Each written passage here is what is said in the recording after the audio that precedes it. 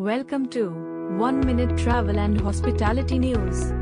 Travel and tourism companies remain optimistic as bookings recover to near pre-pandemic level.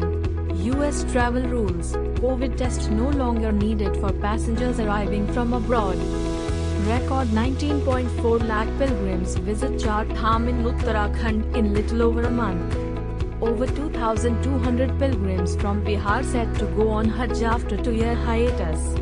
AirAsia India commences taxi bot operations at Bengaluru Airport. Saudi Tourism Authority makes grand debut in India, envisions 100 million global visits by 2030. Janjehli to be developed as tourist destination, Himachal Pradesh CM. Grow your travel business with TravServer. Thanks for watching 1 Minute Travel and Hospitality News. Use your full potential to develop and grow your travel business with TravServer CRM.